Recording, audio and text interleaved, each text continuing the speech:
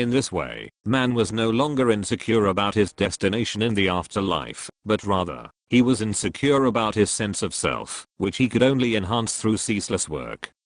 But indeed, defining ourselves by that which is external, that is work, seems terribly wrong. Thus, after the Industrial Revolution, man entered a therapeutic age in which he sought to rectify this selfish monster that had been created through this accumulation obsession where paradoxically, the self had been lost. Above we referenced to exclaim that the inner directed Anglo-Saxon is characteristically driven by intellect and not instinct. Indeed, a successful repression of instinct was necessary to lead the ascetic lifestyle conducive to a capitalistic society. During the therapeutic age, many sought to argue that man's growing intellect did not eliminate his instincts, but rather clouded or oppressed them. Characteristic of the now modern secular man, this phenomenon was explained in empirical terms. Fromm understands instinctual development as the growth of self, and intellectual development as the growth of intellect manifested in individuation.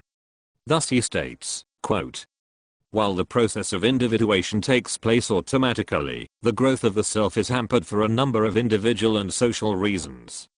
The lag between these two trends results in an unbearable feeling of isolation and powerlessness." End quote. Indeed, it was these hopeless feelings characteristic of the Industrial Revolution that this therapeutic age of the 20th century sought to rectify.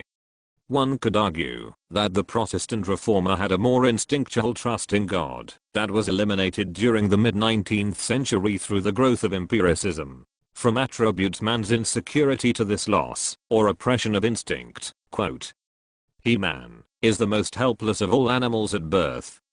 His adaptation to nature is based essentially on the process of learning, not on instinctual determination. Instinct is a diminishing, if not a disappearing category in higher animal forms, especially in the human." End quote. Thus, in the therapeutic age man begins to rationally describe the value of instinct, or intuition.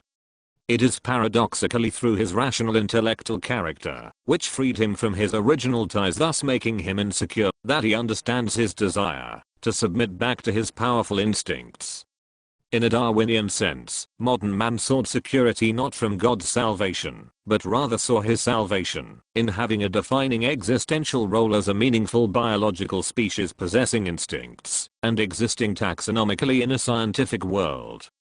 As a member of the animal kingdom, modern man seems to envy the apparent lack of psychological insecurity observed in lesser animals who are guided instinctually, not intellectually. Author Kurt Vonnegut makes this envy explicit, quote, "Tiger got to hunt, bird got to fly, man got to sit and wonder why. Tiger got to sleep, bird got to land, man got to tell himself he understand." End quote. In this sense, we get the feeling that modern man is plagued by his overaccumulation of rationality, so to speak, for it has clouded his biological role in the world.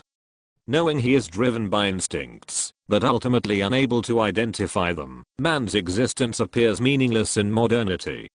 Modern man thus seeks his salvation in a more existential sense. Thus, the malaise of insecurity was attributed to a neglect of the instincts in the modern age.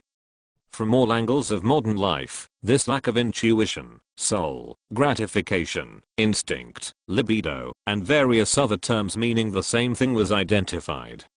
Musician Igor Stravinsky, noticing this lack of meaning in modern music, similarly attributed this problem to repression of instinct resulting from an anomic society. Quote, "To have recourse to history in this case, even to prehistory, is that not to overshoot our mark by seeking to grasp what cannot be grasped?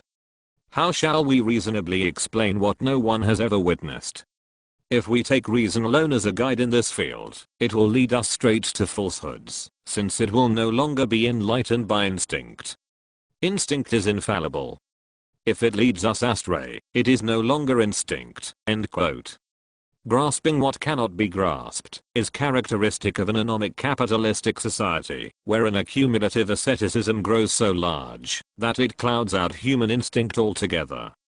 One could speculate that the ascetic lifestyle, originally adopted to achieve salvation in the afterlife, made man repress his desire to focus on this life. since the insecurity driving capitalism in modernity became manifest as a repression of instinct, not as delayed gratification to please God, it is necessary to examine the instincts. Society, perceived by the social Darwinists as rationally explicable in evolutionary terms, now appears irrational, conflicted, and full of contradictions. Indeed, Herbert Marcuse identifies the chaotic, irrational state of modernity, quote, "What people mean when they say is related to what they don't say. Or, what they mean cannot be taken at face value, not because they lie, but because the universe of thought and practice in which they live is a universe of manipulated contradictions." End quote. Here we see a society diagnosed as chaotic and contradictory, and thus it is no surprise society is plagued by a neurotic insecurity. Again, the ambiguity of a destination in the afterlife, perceived in the past, is seen as the ambiguity of a destination in the present. Just as the Protestants sought to ease this insecurity by indulging God, some modern men have sought to settle this ambiguity by hailing its paradoxical honesty, thus indulging rationalism.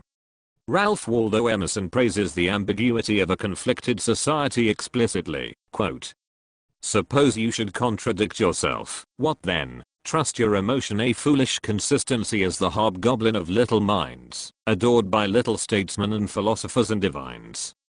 With consistency a great soul has simply nothing to do." End quote.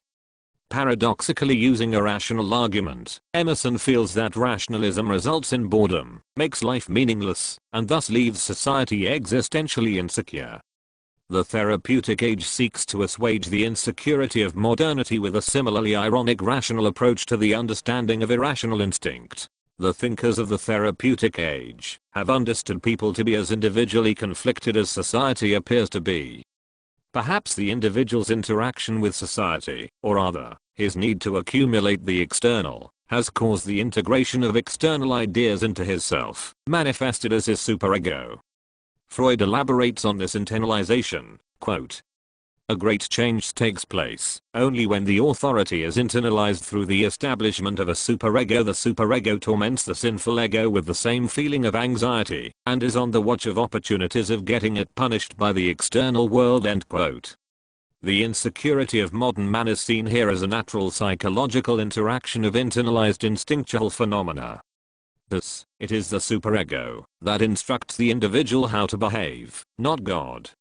Indeed, through a sublimation of instinct, the superego tames the instincts, or rather oppresses them to help an individual interact with an external world that he has accumulated and internalized. Freud sees this sublimation as characteristic of modernity, progress, and thus we can speculate capitalism as well. Quote, "Sublimation of instinct is what makes it possible for higher psychical activities, scientific,